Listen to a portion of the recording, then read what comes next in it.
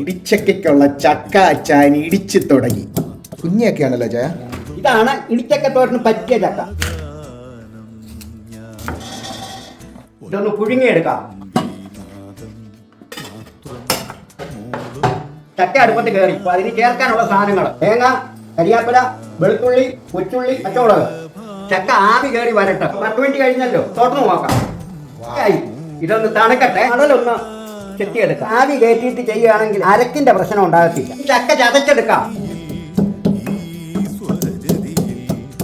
വെളുത്തുള്ളി ചേർത്തിട്ടിരിക്കാം. എല്ലാം കൂടെ മിക്സ് ചെയ്യുന്നേ. മഞ്ഞപ്പൊടി ഇടുന്നേ ചായൻ. ഉപ്പിട്ട് മിക്സ് ചെയ്ത് എണ്ണ ഒഴിക്കുന്നേ. കടുക, കുറച്ച് തുമരപ്പരിപ്പ് ഇടുക. ചക്ക ഇടാം. ഇങ്ങനെ വെള്ളം ഒഴിക്കുക. അടച്ചു വെട്ടോ. തുറന്നേ. മക്കളെ, ചൂടോടെ കഴിച്ചോ.